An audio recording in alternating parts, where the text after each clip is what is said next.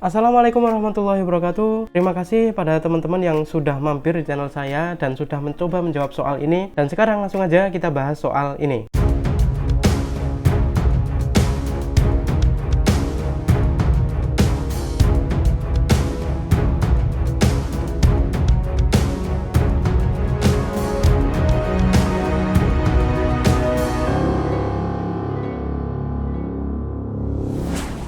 Oke, di sini teman-teman diminta untuk melengkapi sebuah kalimat ya. Dan tentu aja kalian harus cek dulu subjek dan verbnya, karena unsur utama dari kalimat itu adalah subjek dan verb ya. Oke, yang paling enak pertama kita cek dulu verbnya. Kita cari verbnya, ternyata di sini ada forms.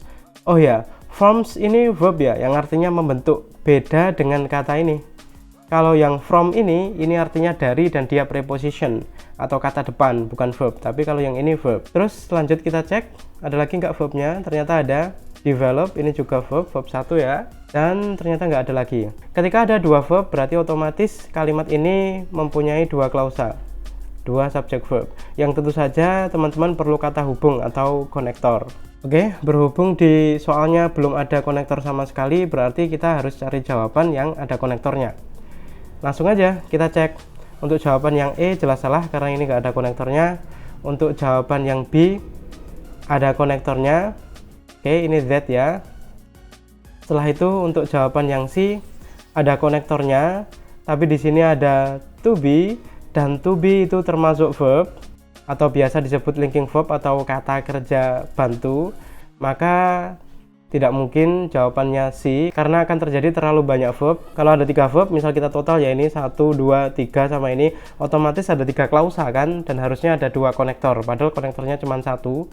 Jadi jawaban C ini nggak mungkin. Jawaban D, ini ada konektor Z dan dia ada subjek juga, they. B atau D nih yang benar. Kalau menurut konsep yang sederhana ini, harusnya jawabannya yang D. Tapi tunggu dulu, karena ini adalah adjective clause, maka tidak semua adjective clause butuh subjek pada subclause-nya. Pada adjective clause, ketika subjek pada subclause itu sama atau refer pada kata benda sebelumnya, maka tidak perlu ditulis. Saya kasih contoh adjective clause yang biasa dulu ya. Kalau pakai adjective clause yang biasa, maka akan terjadi kayak gini. Ini subjeknya, ini verbnya, dan ini adjective clause-nya. Dalam kalimat ini adjective clause-nya menerangkan kata a book. Oke, karena adjective clause memang fungsinya menerangkan kata sebelumnya ya. Dan di sini juga ada konektor, subjek, dan verb. Sama persis dengan konsep yang ini.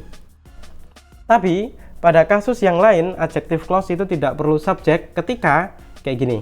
Ketika adjective clause-nya seperti ini modelnya, ini subjeknya dari kalimat utama, ini verbnya, ini benda yang akan diterangkan ya, sama seperti yang di atas.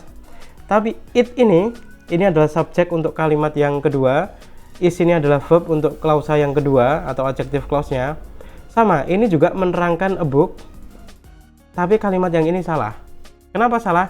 Karena ada it di sini. Harusnya ketika it ini kembali ke book, tidak perlu ditulis lagi, jadi harusnya I buy a book that is read. Gitu aja.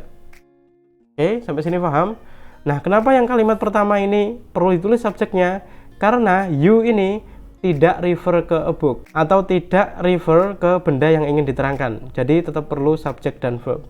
Tapi ketika kasusnya kayak gini, tidak perlu subjek lagi. Sama konsepnya pada soal ini. Ketika kita jawab D, maka kayak gini ya. Cumulonimbus clouds that they develop, kayak gitu. Padahal they-nya ini kembali ke cumulonimbus. Ya, ini jamak ya.